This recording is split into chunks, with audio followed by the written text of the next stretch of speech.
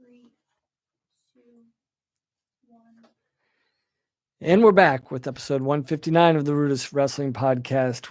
I apologize for the minor technical difficulties, but we are jumping back into episode 4, season 4 of Logan Stieber's 4th championship season, the 2014-2015 season. And the one thing that we were talking about, where do we start this last year? And you thought the perfect way to start it was at the AllStar meet. Yeah, so this is a fun year. Like I was saying before we got cut off, it's a year where we know the result, but just lots of stories, crazy stories and ups and downs. And so we start the year off at the AllStar Match.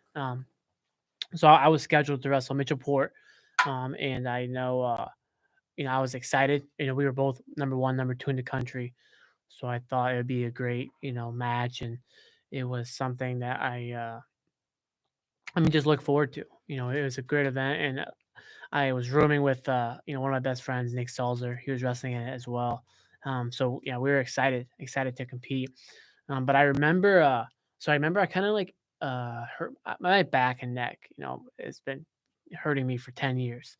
So I remember, I think I hurt my back at the point maybe a week or 2 before the event, but it wasn't that bad. It was just like a little bit of pain. So I was taking this muscle not relaxer, but something to help the pain.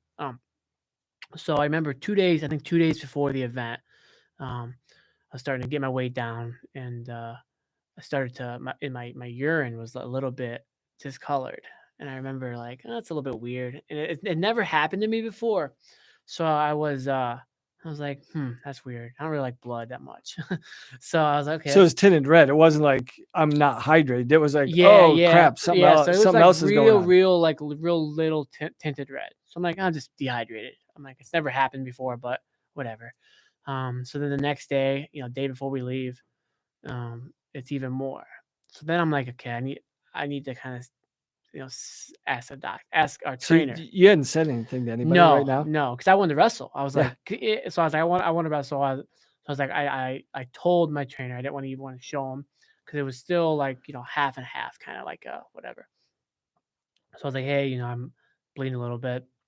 My urine, I don't know. I know I am cutting it. It was a little bit tougher, than the last year. So I was like, and he was like, okay, just keep an eye on it. Try to keep drinking as much as you can. He asked me, do I feel good? I'm like, yeah, I feel great. It was a great cut actually. I was like, wow, I feel good. So he's like, okay, just keep monitoring it. So I think we drive or fly out. I think it was in Philly.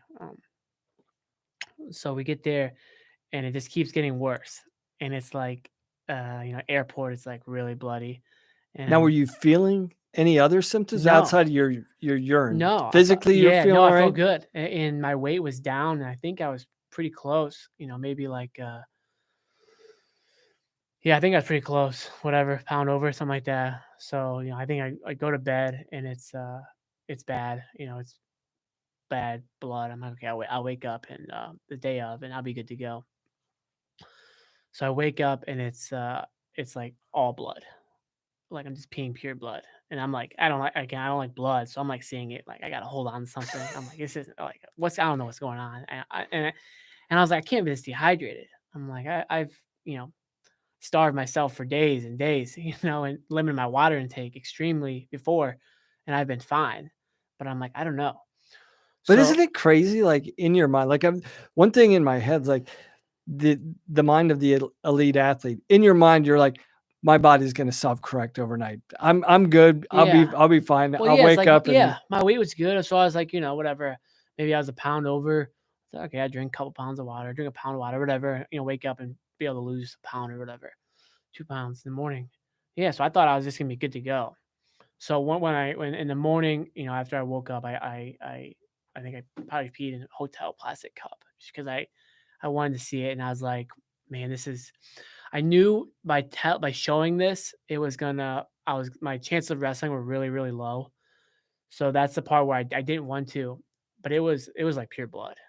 So I was like, I have to show somebody. So I showed our trainer, and our trainer was like, this is not good. And he's like, here, I can't clear you to wrestle. I'm sorry.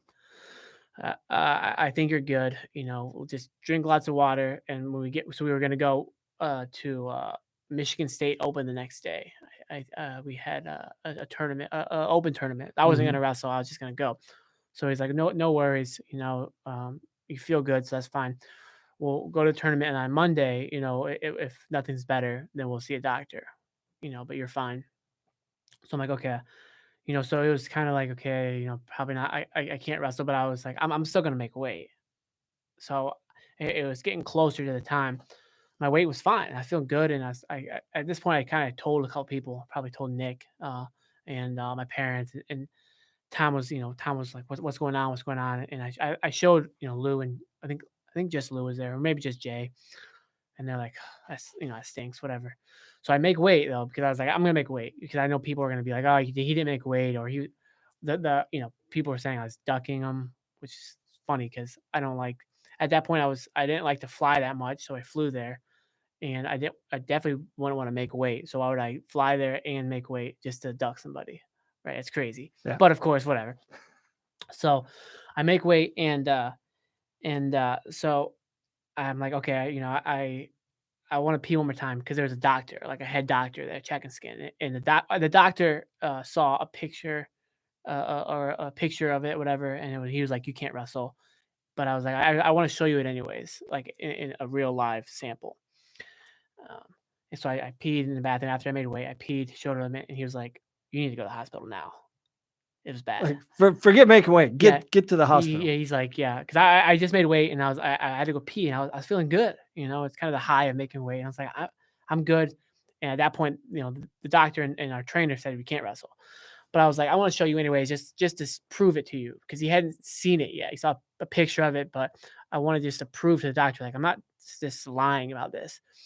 So I showed him it, and he was like, "You need to go to the hospital now." And I'm like, "Oh my gosh."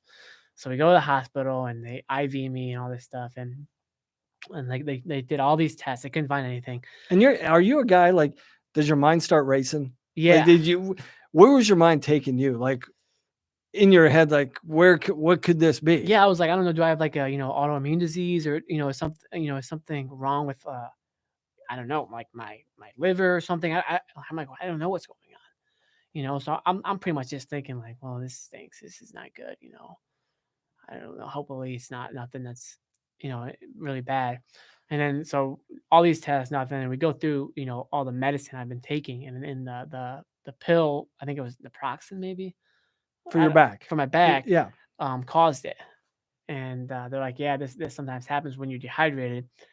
It will, you'll start to pee some urine and stuff. So I'm like, that's why.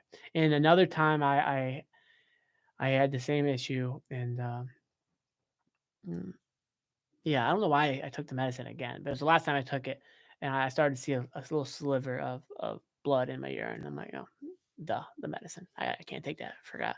So did you have to sit after that, or they're like, okay, 72 hours you should be Yeah, so stop taking the medicine. they You just should. IV'd me and stuff. So they IV'd me with so much. I mean, I remember I got to Michigan State the next day, or Clarion somewhere, and my face was all fat. I had to like go run. I went outside and ran.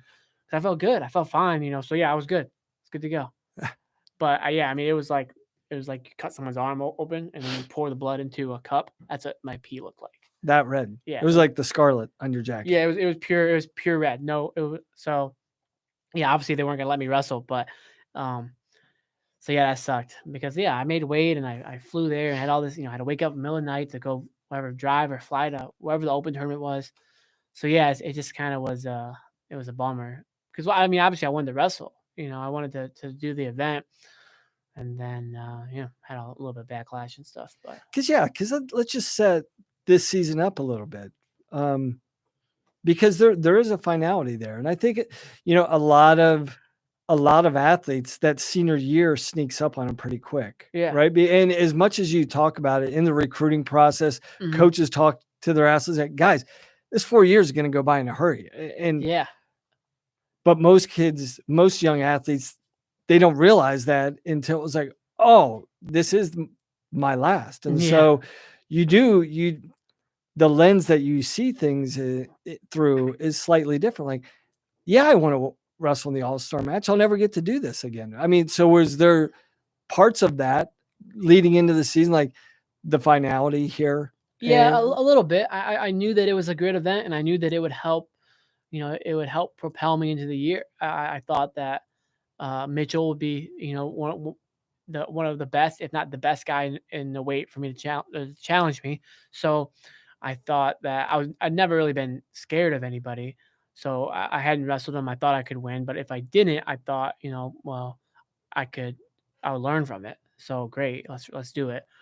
And it was a fun event. My friends were wrestling in the event, and it was gonna be my last one. So yeah, to not be able to do it stunk. I mean, it wasn't obviously the worst thing in the world. It was definitely an annoyance. Having to do all the rigmarole to get there and do everything and to not wrestle. So that sucked. Yeah, but and then I guess in hindsight, we all know what the 2015 season was. We know what the outcome was. But at the time, it was anything but that at the beginning of the season because you knew the talent, and we kind of referenced this at the end of the last episode. You kind of had an idea of the talent coming in, but you never know what that talent's going to be able to do and how immediately they're going to be able to do it. So I think in hindsight, we look back at the 2015 team and say, oh, we have some all-time program greats that were on this team. We have you, Hunter, Kyle, Bo, Nate, all these guys that we know what their careers are now. And we know that they're in the, number one guy, all-time greats, Ohio State greats, but we didn't know that at the time. Yeah. And so take us back to December 2014. And did you see some of this coming by how many of the guys were actually around in the summer? Did Bo and Nate come in early? Was Kyle still at the training center? How is that new group coming in? And when was the first time that you were like, yeah, we're going to be good? Yeah. So Bo and Nate were redshirts already. So they wrestled all year redshirt season. And they were good. I knew that they were good. You never really know, are they, win the title as a freshman good, or are they, going to compete for an All-American spot good? So they were there all the final the past year. So I knew that they were tough. Kyle, I believe, came in the summer, and he had all these accolades. So I just, I assumed that he was awesome. And as the season, as the first part of the season went on, it definitely showed like, okay, these guys are legit. Bo was smashing people. Nate, Nate was on a roll, and him and Kyle. I think him and Kyle took more losses than Bo did right away, and I could be wrong about that. But I know that they both lost at Vegas, and I mean, I guess Bo did too. But I mean, they all took their lumps, So I mean, yeah, it was Vegas was a very interesting tournament for all of us. Nate got beat by a tough kid from Northern Illinois, but he was winning. He was winning by a lot, or not by a lot, but I think he was winning. He got like gator rolled. Kyle lost to Gadsden. And I forget who Bo wrestled. I think Bo might have won it. I'm trying to think because Derringer wasn't there, Isaac wasn't there. I kind of think he won it. Bo might have won it. Yeah. So yeah, that was and then Nate wrestled Waters in a dual meet. I think that was after, and he got turned, but then he came back storming, a bunch of takedowns, but not enough time, right? He lost. But that was a match where we kind of circled that match where it's like, okay, Waters is number 1, number 2 guy in the country, and Nate we think's better, which is crazy, right? Because Nate's a freshman and Waters is 5th year senior, awesome wrestler. And he just, he did a good job in the match of turning and holding on, but we're like, wow, I think Nate can, Nate can't go down, but I think Nate can win. And, obviously we see that matchup in the NCAA semifinals. But yeah, I mean, in December was a crazy month for the team. In November we had the tragedy of Costa. So that was tough. I mean, like you said, the ups and downs of the year, and it was,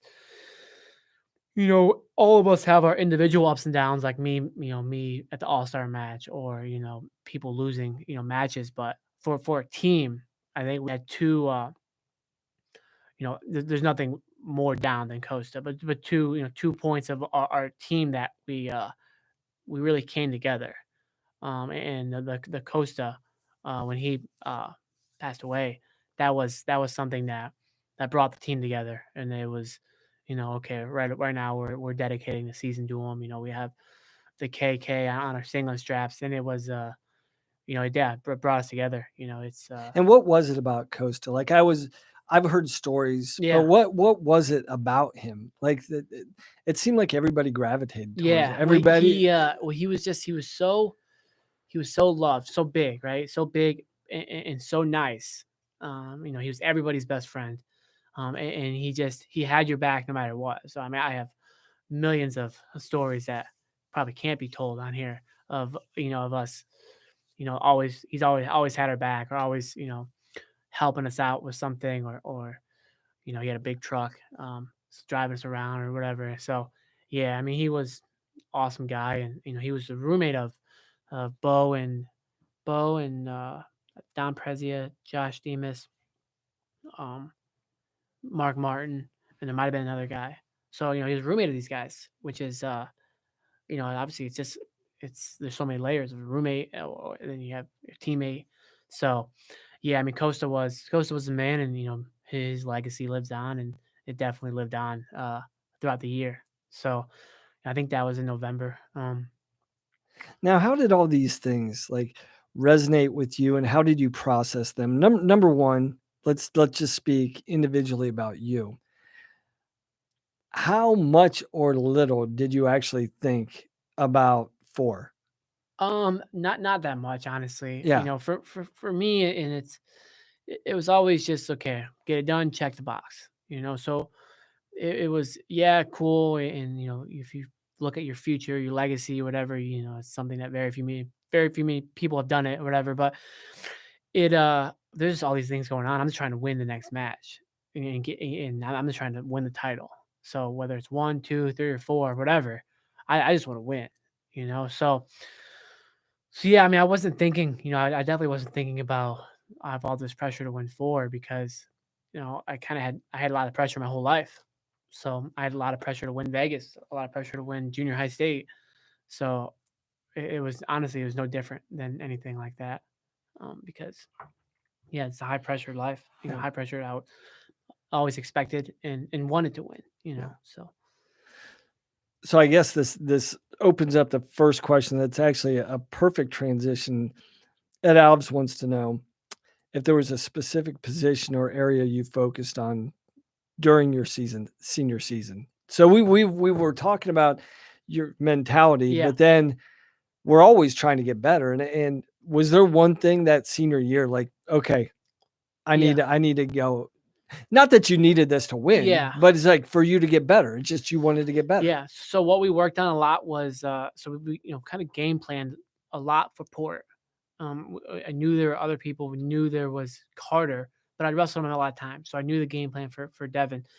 So for Port, he was really, really good when he was on bottom reversing people. If you go watch his Which is crazy to think about. It's Crazy. like, watch this guy on yeah. bottom. So obviously right? he was great on his feet. I think he rode pretty well. But his bottom was where he reversed a lot of people and pinned people, got back points. So I think he even did it in the semis at nationals. So for us, it was don't hook the ankle. And there was something I hooked the ankle a lot, and it was easy to ride or side headlock or get the arm bar or whatever. But if I did it without being super aware, then he would definitely reverse me. Even if I was aware and I was hooking the ankle, he could still reverse me. So it was something that we spent a lot of time, Jay, wrestling with Jay a lot. And he was able to do that well, and just, yeah, being able to focus, because it's like a habit, whatever, like picking up your phone in the morning, hard to break that. Yeah. So for me, it's like some of the stuff on top I've been doing for such a long time.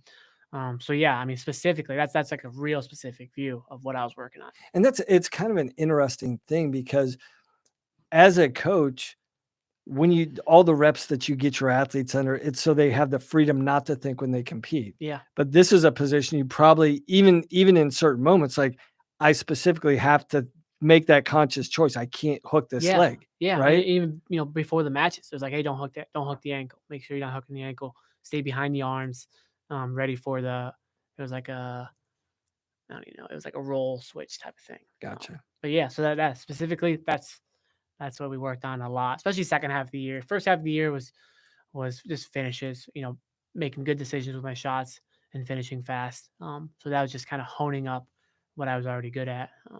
Second half of the year was really specific on that. Okay. Now let's jump into the other side of the team, and that's the leadership component. All right. You just talked about it. I knew what I had to do. I Mhm. wasn't going to get caught up in this. This is just how I've always operated. But all these other things going on within the program, and you being the leader, you being the senior, um, you've got the depth within the program that you've kind of, like it or not, you probably were looked to a lot. I'm like, how do we respond to this? Yeah. You got a, 3 high impact freshmen in the lineup that were like, okay, I probably need to show these guys, or they need to be able to look to me or lean to me or talk to me about how to navigate the wrestling side of things. And then you got the situation with Hunter Yeah. going on. And, how are you able to, it's different hats. People were grieving, people needed leadership. You had to help your brother who Yeah. was debilitated, physically debilitated. Yeah. Right. I mean, so honestly, I probably wasn't the best leader. I think looking back, I could have been more vocal, and I think my actions were right. And I was in the room, I was making good decisions, but I definitely could have done more. I think that, looking back, I'm like, obviously with the knowledge I know now, it's just like, okay, I should have, done more things, or maybe, not more meetings, but more of kind of camaraderie type things. And we got there. We got there at the end of the year, through the team and the coaches and all this stuff, kind of everything together. But yeah, I definitely could have done a better job, right away. But I've always been try to be someone who led with their actions. So when I wasn't vocal and there was lots of things I could have done, better, I tried to lead with my actions. Where I'm in the room twice a day. I'm in there working in the morning, and I think that people could see it, and either they brushed it by and said, "Oh, it's just Logan," or some of them were like, "Okay, I need to work too." And it helped that we had 3 really hungry freshmen. So we had an all-star team, and not everybody accomplished what they wanted. But we had Kenny Courts and Johnny Julius and Josh Demas and Mark Martin, Nick Tavanello. So we had an all-star team. Great, and obviously, everyone's career is a little different and stuff, but we to have those freshmen kind of do what I do and kind of help lead the way was nice. Because it's Johnny's like, Johnny can't slack off. Like if I was working hard and Johnny was slacking off, it could be like, okay, whatever, that's just Logan. But if it's Johnny, or but if it's me and Nate, right, and Nate and wrestle with Johnny every day, and listen, if you wrestle with Nate, it's tough. So it's like me and Johnny didn't wrestle too much, so maybe he didn't, feel. And I'm not saying Johnny slacked off, but what I mean, if he ever wanted to slack off, he couldn't with Nate, because Nate, hey Johnny, let's go in the morning. Hey Johnny, let's go in the afternoon. Hey Johnny, let's do this. He was very persistent and wrestling and working out. So I think that it helped a lot having these guys, these freshmen who are really motivated. And sometimes you see with upperclassmen, and everyone's there. I was there with my weight plenty of times, where you've done it so much and you know what needs to be done, and you've done it. You put so many hours in. It's like, I just want to get my work done, go home, and be done. And then you have these 3 young kind of stars, lots of energy, and lots of potential, and I think it helped motivate the team for sure, because there's more than just me and Hunter, or just me and whoever, going the extra mile, and it led to everybody doing more.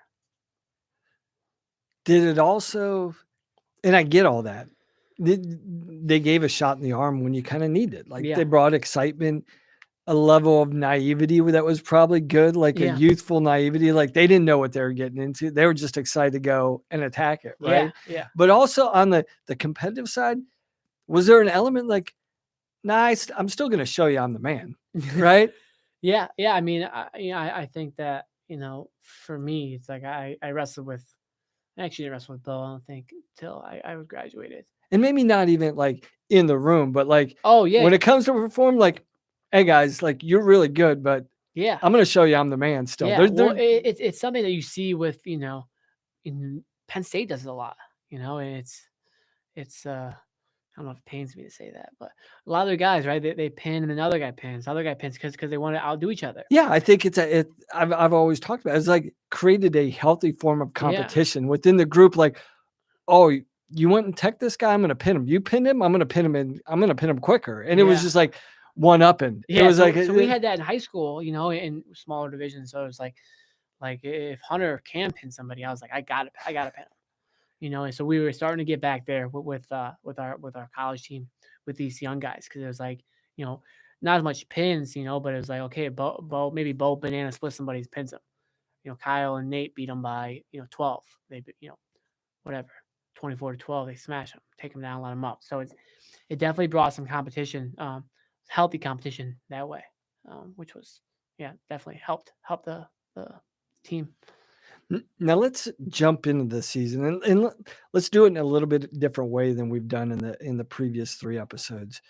You talked about the stepping stones and the team coming together because for you ran the gamut. You ran the table again your senior year.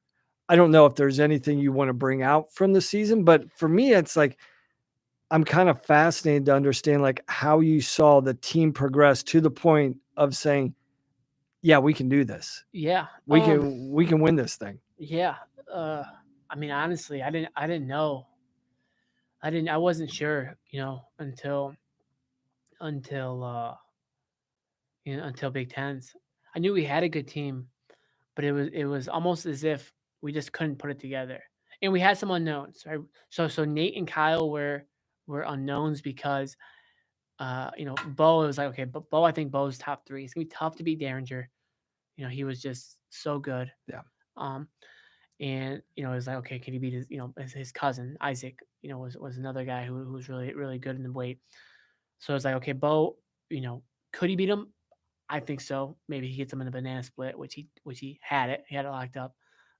Another story for another day. But that one seemed a lot tougher because we could see Derringer. I don't know how many he had won at the time, but it was like he's gonna be an all time great. Yeah. But for But Nick, you kind of knew Bo was like, so you knew. Where's 4th, right? Yeah, so like you- he's yeah. top 4 for sure. Yeah, and so Kyle and Nate, they were awesome, but they'd taken losses, and so they've taken losses, and even at Big Tens, Bo loses his cousin. Nate beats Gilman, I believe. I think he beats Gilman, then he beats Delgado in the finals, and Kyle lost to McIntosh. So it was And went in, I think I just looked at I think he went into NCAA as the number 5. yeah, it was seed. 5. But Yeah. Schiller was 4.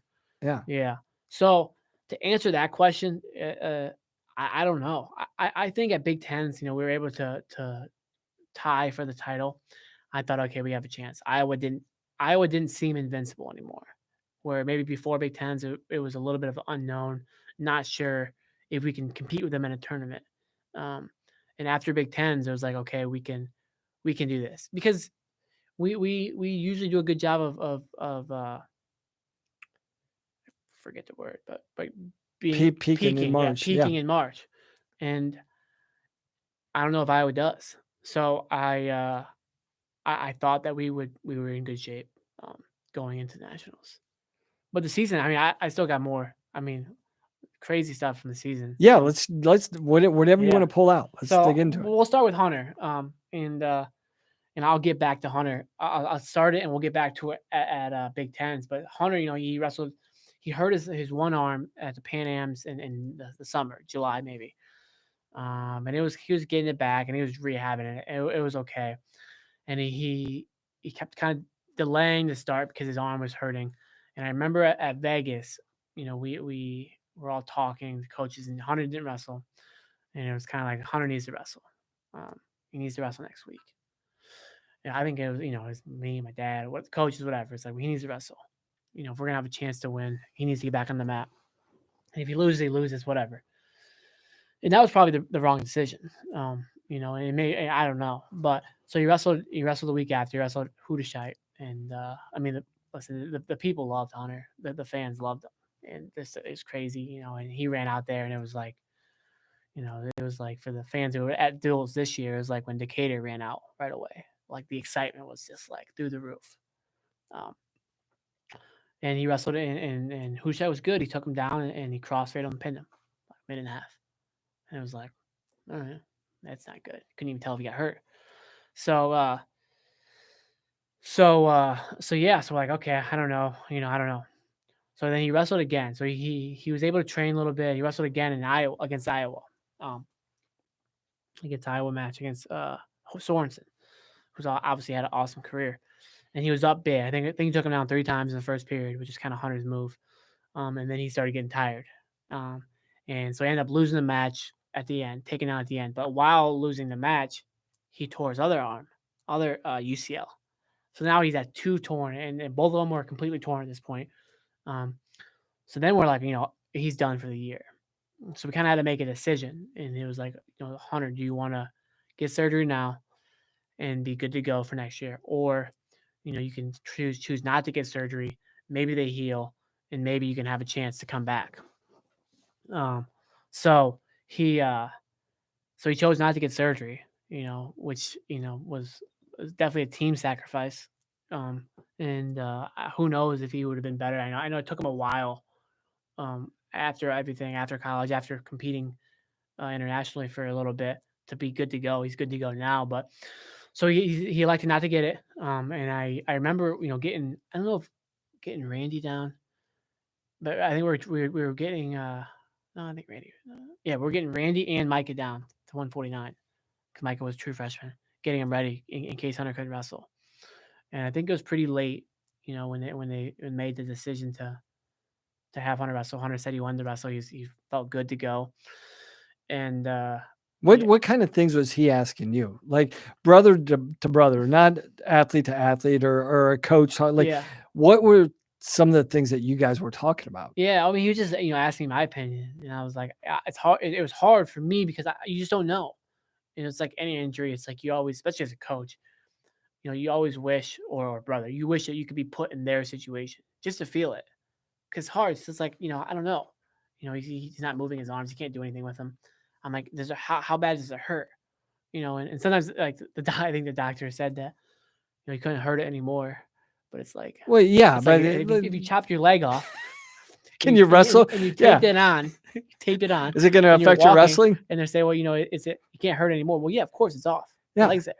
You can't hurt it anymore. So yeah, you can't hurt it any worse. But I have no ligaments in my elbows, so yeah. So he was just asking, so in my thoughts and stuff, and I was like, listen, man, you do whatever you want, and we're behind you, and for him,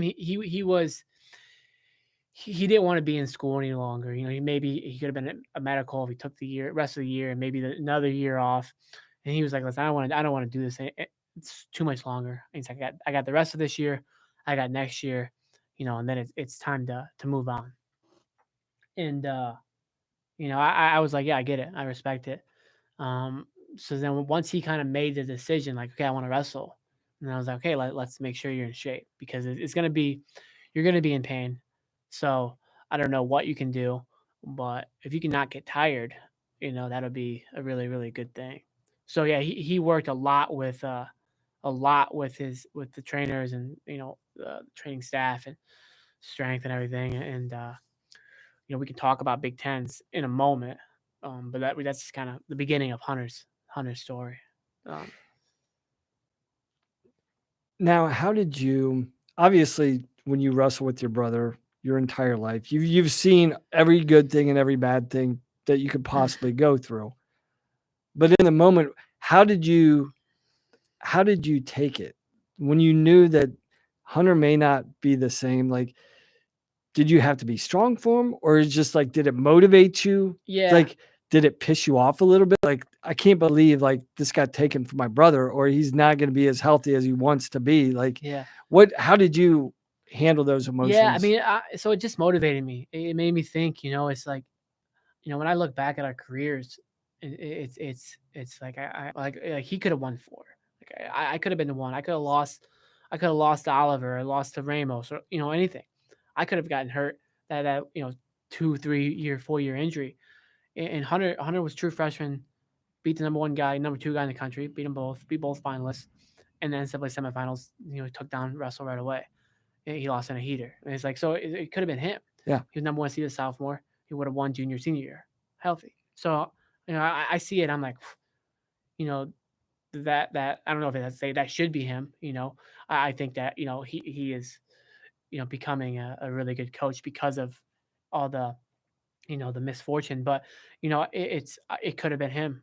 So for me, and at the time I saw it, because I saw at that point he had been through 2 years, two seasons already. So in my mind, I'm like, I can't waste any time. I can't, I need to, if I wasn't already taking advantage of it, I need to, to really take advantage of what I have, So it helped motivate me. And yeah, it was tough. It's, it was, we've had really good careers, both of us, and so it's not that many sad moments, but him not being able to wrestle his full potential was really sad because you just know him and it's like you wrestle with him enough. So um So this is a good question to as we're transitioning into Big Tens and Nationals and the culmination of your 4th title. We've got a question from Brian Summers, and Brian wants to know what Logan thinks the biggest factor in his success was. I know that's probably hard to pick one yeah, that's thing, hard. I but mean, it's I guess a lot of different things, but I think the biggest one, and that's probably an easy one, is just the people around me. I've had just incredible people. I mean, it's just I look back and I can't believe how fortunate I was to have Eric Burnett. I mean, how fortunate I was to wrestle Tony Jameson at a local tournament when I was 6 years old, and then get hooked up with Ron Burnett and then his son Eric and Scotty, and it's like wrestling David Taylor at Tulsa, getting beat up, and then, that relationship turns into he didn't move the Jordans because of that, but I'm just so fortunate, all these relationships in Ohio State, and it's just my parents and just yeah, so the people around. I mean, just yeah, it just that's easy. I could say hard work and stuff, and it's I think that I was set up in a way that I just can't be matched. I mean, you could work really hard, but if you don't have the people around you, sometimes it doesn't matter. And I was just extremely fortunate. I mean, I just extremely lucky to have people around me like that. And we've got another question from Bob Klein, and we can tie this in because we've talked about it in episode 2 and 3 about the struggle your sophomore season to get down to 33, how you kind of acclimating and felt much more comfortable at 41. But Bob wants to know what your diet was during the season, especially in the last year. Like you've kind of like at this point, everything you need to know about your body and what you need. So what was your diet like by that point? Yeah. So this is a great transition because I have 2 stories before we get to nationals, and this will be they're good stories. So first off, my diet, my first year at 33, first year at 41, I was good to go. Just kind of lived my life, made weight, no problem. Second year at 33, we talked about it. It was extremely tough. And this year, it was starting to get tough. I was just getting big. I made weight. It's funny. I made weight with blood in my urine at the AllStar Match. Extremely easy. And then after that, which didn't have anything to do with your weight. Which had nothing to do with my weight, yeah. So, and after that, I struggled. I was getting big, and it was a lot of it was my discipline and my weight. Just always thinking like I'm gonna get down, but I struggled. And so the first half of the year I was just eating and whatever. Second half of the year, after I tell this story, it was more along the lines of my diet, like I did my sophomore year, and I ran a lot. I used to run, and probably January on, probably 20 miles a week, and 8 of them were on Sundays. I would run probably 30 miles a week because I would run. So I would run on Sundays. I'd run 1 hour, 8.0 on the treadmill, 8 miles. Just run it easy, sweat. And then before practice, I You would, grinded an 8-miler on the treadmill? oh yeah, It seems like the most monotonous thing I've I ever just heard. pull up my iPad and Netflix and chill. You just chill, just lock it in. Yeah, so that was like, no problem. And then I would run before practice too. So I'd run 20 minutes before practice, which would be 2.5 miles. I do no, yeah, I do about 8-minute miles maybe. So right around 2.5 miles um, before practice most every day. So probably let's just say 4 days a week, 10 miles, eight. So I probably got 20-ish, and then I'm probably 20 to 25 miles a week. But my story, so after Christmas break, we had Iowa. And I remember it's always an issue after breaks if you see it with everybody. But for me, it was okay. I'm way too heavy. So I remember showing up heavy, probably 155 when I wanted to train around 150, 149. And it was like a couple days. And I think on Friday on Friday I was still 155, and it was Sunday dual meet. So I'm like, Jesus criminy. Like, so I remember that morning. So I'm running, I'm running on treadmill. Hunter's running because he was just cutting weight like me, but he was in good shape. So I'm running on the treadmill, and I felt dehydrated already. So mentally I was already broken. So running on the treadmill, and these old Jordan train sweatpants on, whatever. And I run for probably 30 minutes. I'm sweating. So I get on the bike, and immediately when I got on the bike, my like sweatpants rip. So kind of at the crotch, and it kind of rips. So now it's decently cool. It's not like burning hot in the wrestling room. So all this cold air gets in, and I'm like, I break probably 45 minutes in. I wanted to go for like an hour and a half because I knew how much I was over. So I was like, okay, I need a hard workout Friday morning. So I broke, and I was just kind of biking, and I gave it up, and I said, Hunter, I'm moving up to 49. So I was, they were listen, there are a lot of times in my kind of at this exact time where I'm really, really weak, and then I have to get really tough. So I'm like, listen, I broke. Dramatic. I was like, I'm moving up. I was like, I don't know if you can make it, but 41, but I'm going to 49. I'm like, I can't do this. I'm like, what am I doing? I'm still cutting all this weight. Like I was moving up. And Hunter, a good brother, he's like, okay, fine. He probably weighed less than me at the time. Yeah. So he's like, fine, whatever, I don't care. He probably just knew that I was being a baby. So I think I lost like 3 pounds at practice. Maybe I think I lost actually 4. I lost more than I thought. I thought I was only gonna lose like 2 or so. So I think I lost 4 pounds. So then I was like, okay, I was a little bit motivated. And I remember telling Coach Ryan, and I can't believe that, Coach Ryan trusted me, and I did a lot of things right. But I was like, hey, Coach, I can't. We had practice on Friday afternoon and Saturday morning. And I was like, Coach, I can't practice. I'm just gonna cut weight. I was like, I felt weak already, and I was like, I can't go through a practice and not work hard and lose a pound, pound and a half. I was like, that will actually end it. So I was like, I need to go. I need to run. I was a good runner, so I was like, I need to run. I run for an hour, bike for half an hour, whatever. And he was like, okay. I don't think he was very happy with me. But he had known that, I've never missed weight. So I don't know if I, probably drank, 8 ounces of water in the 2 days, and probably ran 20 miles or so, 25 miles in 2 days. I didn't eat anything. Um, and I made weight against Iowa. And it was definitely a match where if it would have been a heater, I would have lost. But I had Josh Jebb. I took him down and turned him. It was like 12-1 after the end of 1. So it was, I think, second period, I did nothing.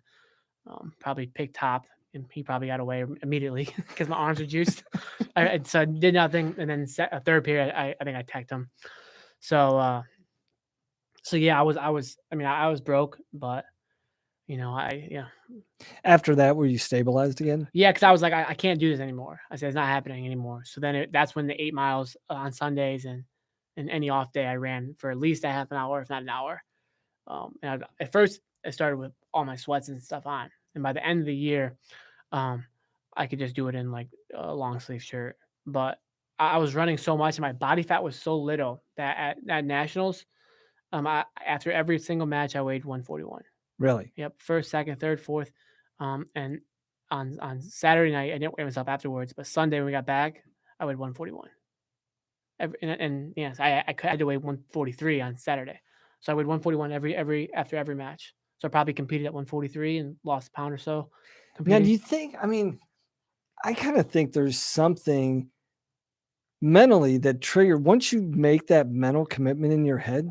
Like there's a physiological effect. I don't know. I'm speaking Yeah. like I've never read a study or anything, Yeah. but I think when guys finally embrace the reality, like this is what I have to do. Yeah. I think it does send a physiological message to your body, like this is where I'm going. Like don't fight me because I'm going there. No matter you can fight me, but I'm going to keep going and going. Right? Yeah, it was a real promise to myself. It wasn't like okay, I'm gonna eat fruit for breakfast this week. Kind of like, I don't have fruit today, but tomorrow I'll start type of thing. It was like, I'm running this no matter what.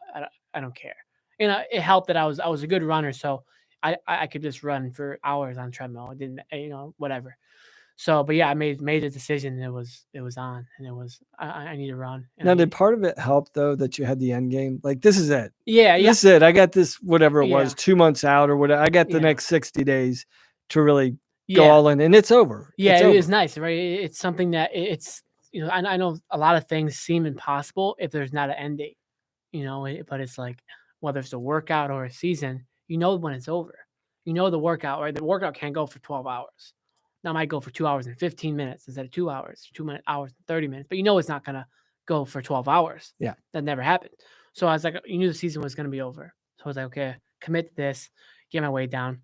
I don't wanna because I also knew that if I did that and wrestled somebody who didn't let me turn them, or for some reason think my moves weren't working as well, I would lose because I'd fall off a cliff. Yeah. So yeah, that helped a lot. And that was kind of a funny story because just I'm like, yeah, Hunter, I'm moving up 49. I can't do it. So yeah, that was crazy. I guess the second story, which is it's a very funny story after the fact. National duels. We talked about this, I think, last week off camera.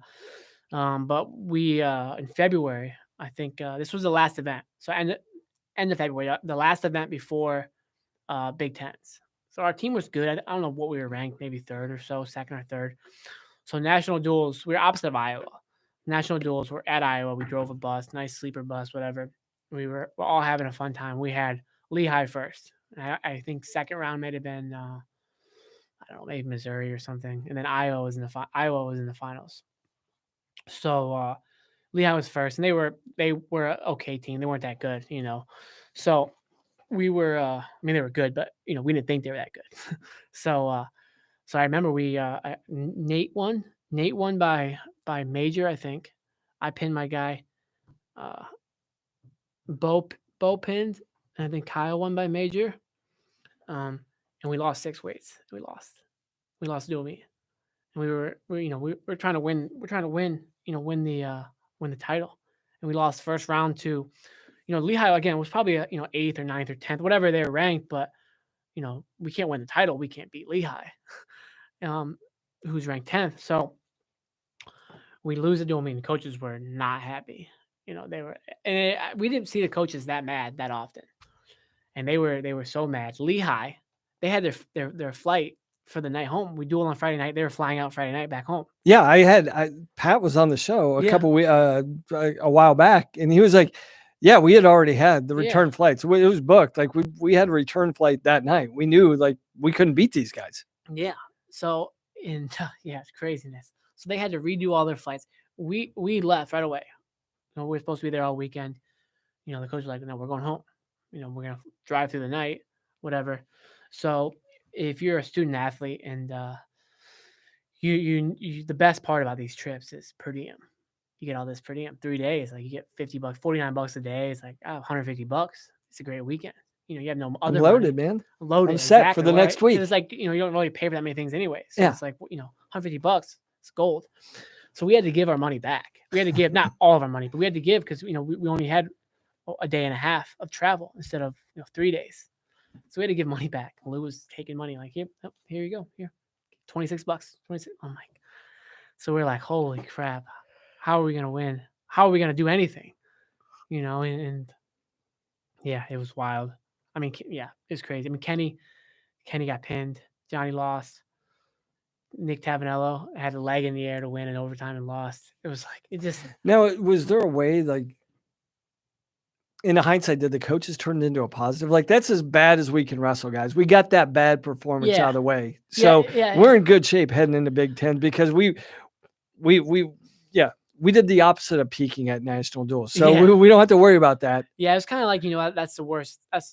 We did our worst.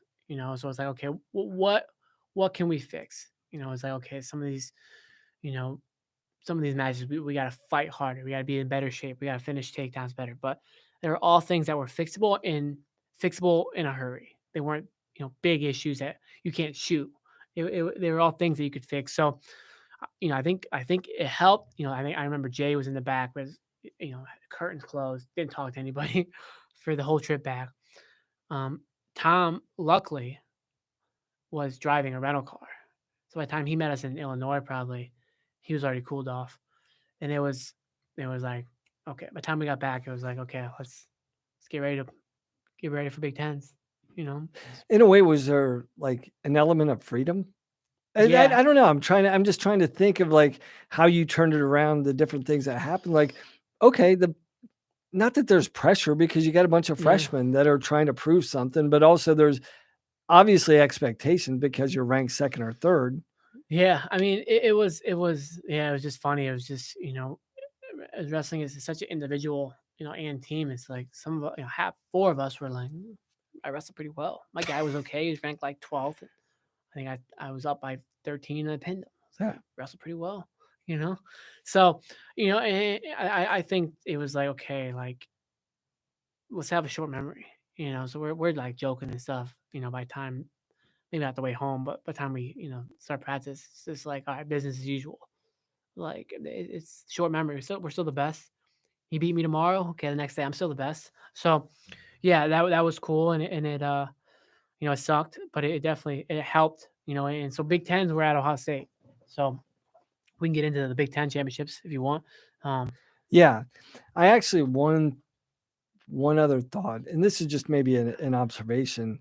Like, earlier in the episode, you were talking about you led by example. Yeah. And you think that was a critical point that when all the underclassmen were looking up to you on Monday after losing to Lehigh, like, yeah, we're Yeah. going back to work. Like, yeah, for sure. I think that helped. I mean, I think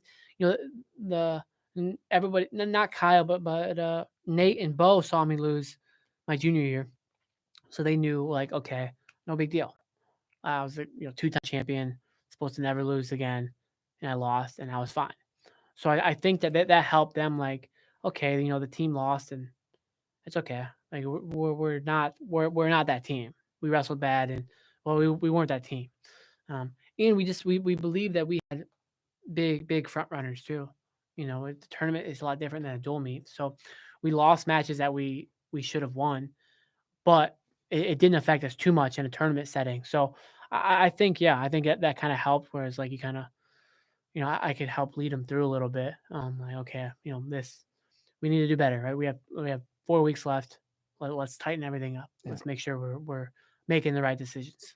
So let's jump into Big Tens. Yeah. And obviously that's really cool. Like, not many Big Ten athletes get to experience the Big Ten tournament on their home site because it rotates through Yeah. 14 there's 14 schools. Every teams, yeah. 14 years, so it's kind of the luck of the draw that you get Big Tens on Ohio State's campus. How cool is that? Yeah, it's awesome. I mean, how lucky, It's like it's on Ohio State's campus. You have Gene Smith there, Urban Meyer there.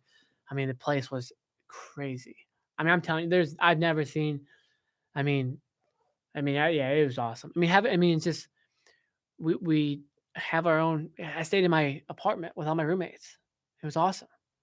It was so fun. It was. I mean, my girlfriend, my wife now, like we just hung out. I wrestled my match. It was like got my weight down. We hung out, watched a movie. It was fun. It was such an advantage, and I think you see it every year. I mean, all the years I was at the Big Tens competing, the host team wrestled better than expected, so it was really cool. It was really nice, lots of fans, and Yeah, I mean, the Big Ten tournament that tournament was probably one of the most memorable tournaments of my life. And definitely the most energy I've ever used cheering. I mean, for Hunter, I mean, so Hunter didn't wrestle national duels. I think Randy wrestled national duels. And I think the decision, right? And I wasn't in the back making these decisions, because Randy was good. And if they wrestled a match, it was like, okay, well, Randy may probably beat Hunter. Hunter's hurt. But it was like, okay, can Hunter win a match or two? Because you start doing the math. You start seeing, okay, we're gonna be close if we do what we think we can do. So every point's gonna matter, and obviously we end up tying, so every point did matter.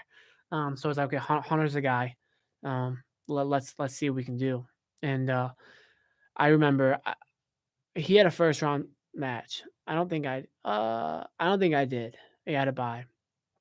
So he had a kid from Purdue who he'd beat before, but the kid would come back, good shape, and Hunter took him down, kept everything safe, won really controlled. And I was like, okay, I knew that he was limited, but I felt really good about it. And I've never been more stressed in my entire life, because for me, it was like, I didn't care if I lost, I guess, which is good thing, bad thing.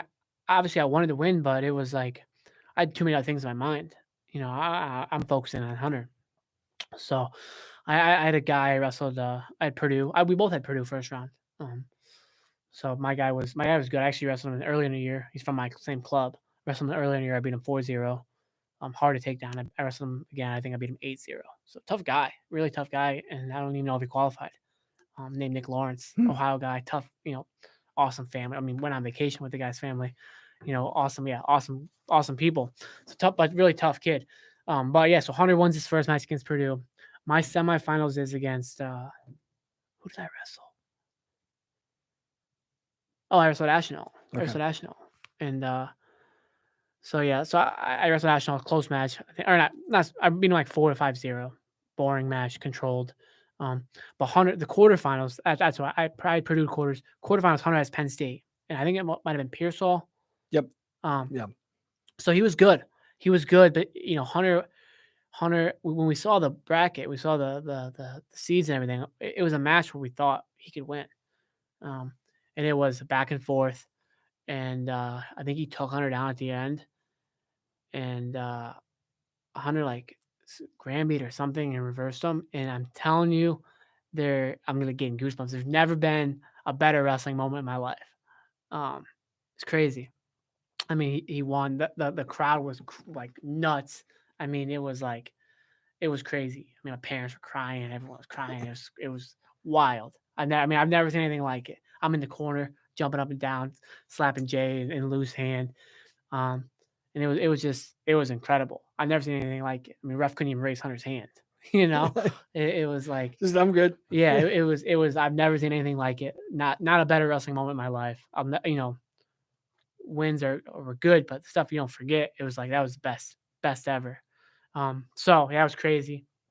And he made the semifinals. It's like it's so funny because you just forget things when you're successful or all your friends are successful. You're just like, well, of course, yeah, Big Ten champion. He got third at Big Tens. He got fourth. He didn't do that well this year. He got fourth at Big Tens. But in other sports, if they place in Big Tens, It's huge. It's huge. Yeah. It's like my wife ran track and field and cross country, and it was like her friends were dying to medal, dying to get on the podium. I'm like, Hunter just made the semifinals with the almost no use of his arms, no ligaments in his arms. I'm like, it's you take a lot of things for granted. Yeah. And it's not on purpose, but you just do. So yeah, that was the most memorable match in my life. Our team did well. I had Jebba again in the finals, and I turned him like a billion times. I was up 14-0 at the end of the first 14-1 at the end of the first period. I took him to my feet, took him down like 10 seconds. So that was awesome tech. Nate, awesome run. Hunter actually came back. I mean, he's a psycho. We did the math. We knew, right? We needed more points. It's like maybe being too greedy, but it was he came back, and it was probably a little bit of everything, right? Peer pressure and you always want to win. So he came out on the mat. He had no socks on, wrestling shoes, no socks. Shoes were untied. He ran out of the locker room, singlet down or singlet up, no warm ups or anything. They're calling him. I'm like watching. I'm talking to Kellen Russell. He's coaching, and I'm like, yeah, no, he's not coming out. He's whatever. He's forfeiting. Get your guy ready to go. Hunter comes out. The crowd goes crazy. Kid has no socks on. Oh no, he had one sock on. He had one sock on. Even better. One sock on, and he wrestled this kid from Illinois, and the kid was kind of giving him a little bit. Hunter was underhooking him. It's like we talked about before. I'm like, what are you doing? So it's like I'm mad at the kid for jamming it, and I think below the elbow is technically illegal, but Hunter back and forth. Again, I don't know how he's doing. He's back and forth, and he's about to take him on to go ahead with like short time left, and the guy like headlocks him and pins him, whatever. So some of the fans weren't happy at Coach Ryan for having Hunter wrestle, but it was whatever. And I got a million stories.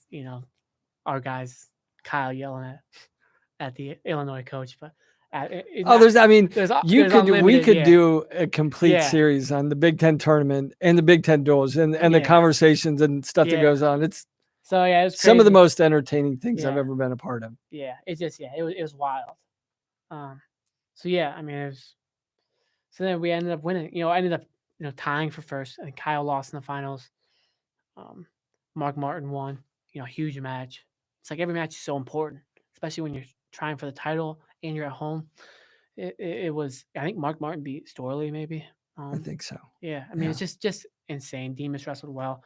Insane tournament, and awesome. We ended up winning. It was like, Hunter's points made a difference. And right, there's a million reasons why we won, but I like to think that Hunter's points made a difference because those points were without a doubt. It was like Randy. I was my roommate. Love the guy. I don't know him. I think he could have won one of those matches. I don't know if he would have won the other. So it would have been tough. Going into nationals, we felt good and felt excited, and we had a week and a half in between Big Ten nationals. So do we have questions, or we just keep it going? No, let's keep going. So, I know there's that's a huge period of time between Big Tens and NCAAs. We're not accustomed to that. At this time of the year, we're ready to go week after week. Friday, Sunday, Saturday, Sunday for the tournament. Then you go, but you have this 2-week break in between competitions. And I know for some coaches coming off really good performances at their conference championships, you're like, how do we maintain this for another 2 weeks? Did we peak too soon? So there's a concern there. But then on the other side, when you don't do well, it's like, okay, how do we get these guys over the hump from, like you guys, from national duels to Big Tens? Like, how do we give them that short memory? So let's actually get in. I'm sure those were parts of the things going on. I know we're kind of going overtime right now, which we're fine on, but we started a little bit late. So but let's get in. Talk about that 10 days in between. What was the mood on the team? What was the message from the coaches? And where were you guys at? So everyone was positive. It was like we never lost. We were all, we were positive. We were running hot. So everyone was like, all right, let's just keep doing what we're doing. We're all really confident, and especially when you see the brackets, right? So you see the brackets on Wednesday, they come out, and then you just start doing the math. So for me, it was like, okay, I have Carter was the 4th seed. I thought he was gonna be the 3rd seed. So I'm like, okay, Carter in semis. Obviously, I got to win the matches, but we'll say Carter in semis. And then you see Nate, and Nate had Waters in semis, and for us, it was like, let's do it. This is perfect. Gilman gave him trouble. He beat Gilman, but it was like, and Delgado was a little bit hurt, so he's on the other side. I think Megaludis. I don't know where Megaludis is. I think he redshirted that year. So it was Gilman, Delgado, Waters were the big guns. Nate Sean was there, but he was still a little bit young. But it was like, okay, let's, and so you see Nate's bracket and you're like, wow, I think he was the 4th seed or 5th seed. And it was like, perfect. You have Waters, which is what we wanted, because we thought that he could win that match, because we thought he could get him tired as long as he didn't get turned. So we felt really good about that. Kyle had 5th seed, he had Schiller in the quarters, in the quarters, and then semis it was Jaden, which was a huge match. But we thought, okay, Kyle can make the semis, and then who knows, because they had wrestled each other. And then Bo had just lost to his cousin, but I think it was set up that he would be in the semis with his cousin again. So we kind of see the bracket, and we see the weights, and we see everything. We see Iowa and everyone, and we're like, okay, I think that this is a possibility. So we were all just feeling good, and our coaches do a good job of everything's not on our own, but the work's done. So we don't push too hard, and we just do enough. And when they do push us, it's the right amount. And I've always really enjoyed and really thought highly of the way that 10-day break, how we use it. So yeah, we were excited excited for Nashville, St. Louis, easy commute for everybody. We drove there on a bus. So And it's almost, I think about St. Louis now, like that's probably the most comfortable NCAA tournament because it's been in rotation for so long. Like even if you haven't competed there, there's certain elements like when you get there, it's like, yeah, this place is kind of normal to me. yeah, right? yeah, I felt good, and I was there my freshman year. Yeah. So it's like you kind of know the lay of the land. You walk in the hotel, exactly, boom, boom, boom. You know where the food is. Okay, you're gonna get the gift card to go to the grocery store. You just know this stuff. Yeah. And then you kind of help lead some of these guys. Kyle and Nate and Bo. But yeah, it was good, and yeah, we all felt really good about where we were at. We felt good. I thought even the guys who didn't do as well. But they're, I mean, I looked at those guys and looking back on the season, like every point matters. Yeah. Like there was a lot of points from Quartz and Martin, like smaller points. I mean, Kenny placed that year, got 5th, right? Yeah. But, even like a win here, an individual win, those are all huge difference makers. Yeah, And huge. Yeah. So it was we were set up and we were ready to go, and so when I think back at the tournament, everything goes so fast, but I think of Moisey, he beat Nation and he pinned when he pinned with Gilman. Him and Waters and Nate were wrestling at the same side. I was like, wow. And I hadn't wrestled yet, but I was like, Nate's gonna win the title. I was like, he's gonna win the title.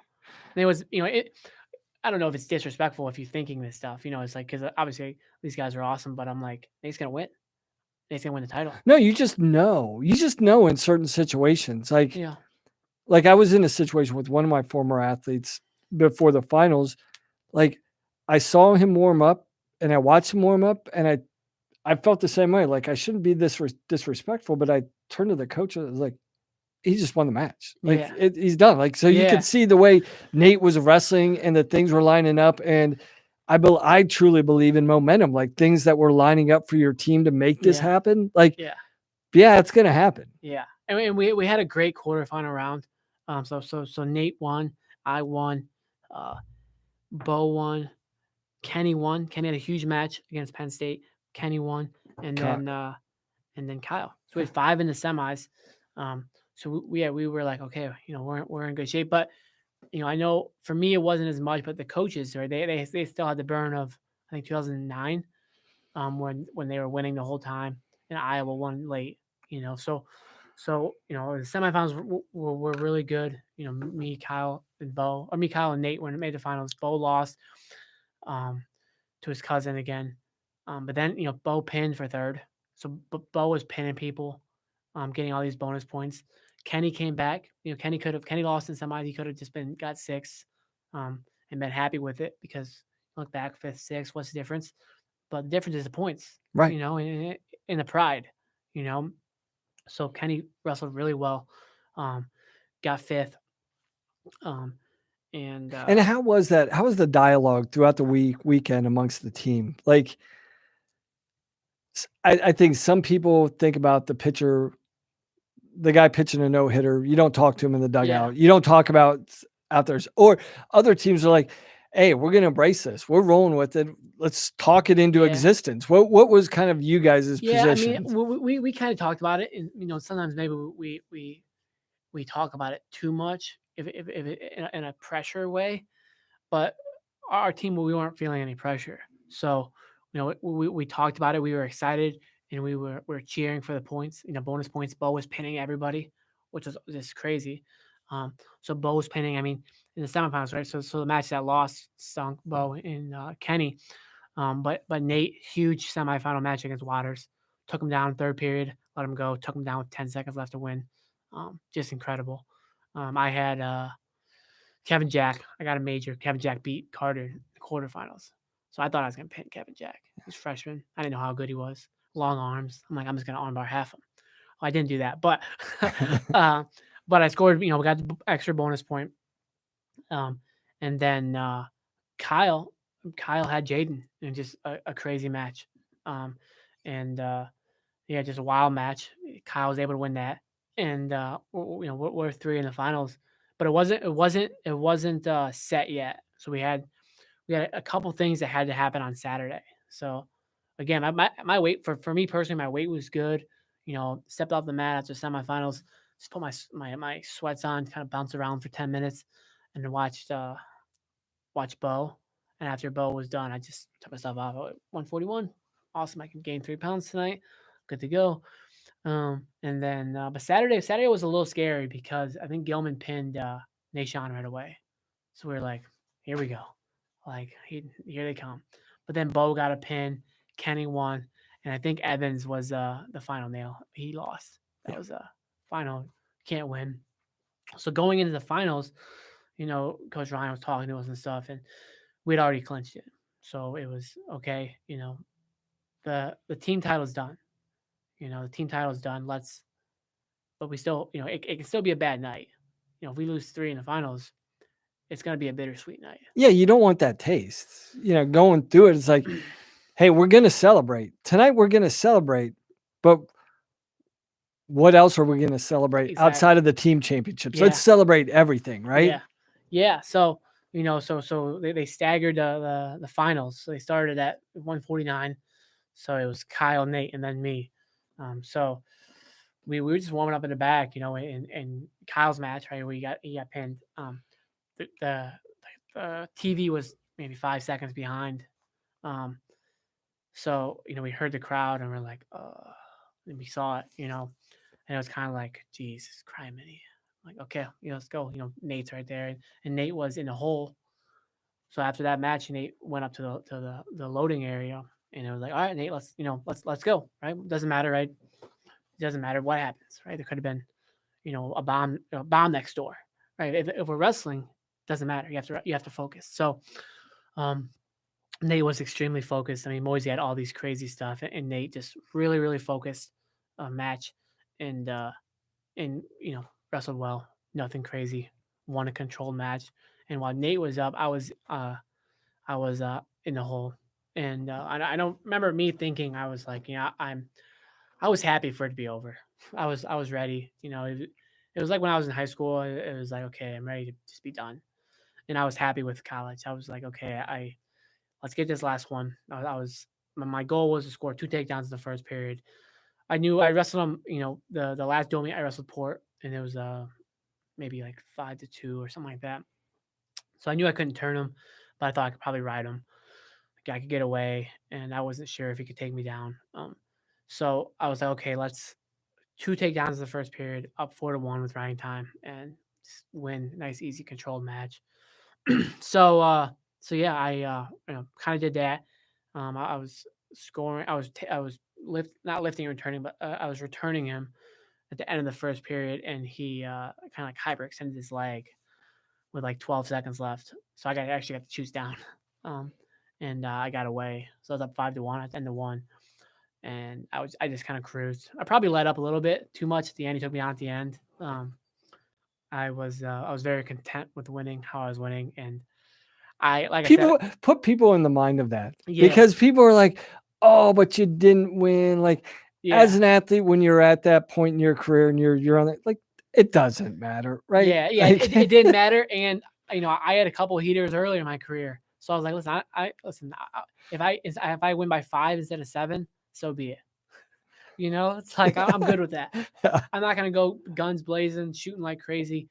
Try to win in the finals by 15. Which is a good strategy, by the way, but it wasn't for me. Yeah. So yeah, I was real content with it, and I was happy when it was over. It was really cool for the team. You know, ESPN was there. We were live on Sports Center, and it was a really cool moment. Yeah, it was a cool moment. I was ready for it to be done though. It was like, okay, check it, done. What's next? Because But I think about it, Logan, and the thing that there's certain things, if you could write the story of what your career would be like, I'm sure when you made that decision to go to Ohio State, I'm sure in the back of your mind, it was like, I know what I can do. Maybe I didn't know I was going to win 4, but I knew that there was a possibility. But bringing a national title, the first ever to yeah, Ohio State, like how important was that? And I know it was just a dream. It was probably a dream that everybody was having in the state of Ohio when you were coming out, yeah, right? The momentum was starting to be established by Tom and the program, and you were the one that jumped on. And like, I hope this can happen. If it does, it'll Yeah. be amazing. But to actually win 4, bring a national title in your home state yeah. I to mean, your home yeah, university. I mean, if you can put it into words in like a minute or so, like yeah. all Uh, of that. Yeah, well, it's something that I had at the time. I didn't call it this. I've been listening to these podcasts, and I like the phrase better. But it was when I was committed and walking on campus. I saw my movie. My movie was playing, and I saw the movie. I saw the end of the movie, and I wasn't sure about what's going to happen. You know, the ups and downs during the movie, but I saw how the movie was ending, um, and you know my whole career, through the ups and downs, I worked to finish the movie like I wanted. And it didn't have to happen that way, but I saw the movie. And it was like this is it. This is the end of my movie. And it's like I think about that with my life, and that's a different story. But with my wrestling, it's like this is the end of my movie. The credits are rolling. So for me, that was it. So it, I try to do everything in my power to get to that end, and yeah, it was nice. It was really really special, and I was very happy for the team. I was happy for my brother, and happy for the coaches, and it was great, and I was ready to be done. So yeah, it was cool. Yeah. Well, cool.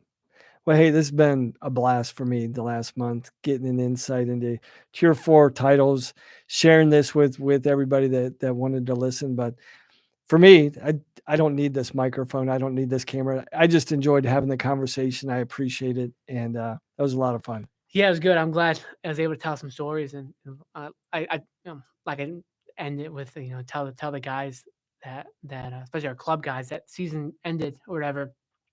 You're gonna remember the memories of the year, and it stinks that you couldn't end it the way you wanted. But my best memories are throughout the year. The nationals were fun, or whatever. State tournaments fun, but yeah, the memories with your teammates and everybody, your friends, that's the fun stuff. So it was really fun to look back at that and remember some old stories. So it's cool. Thanks, Logan. Yep.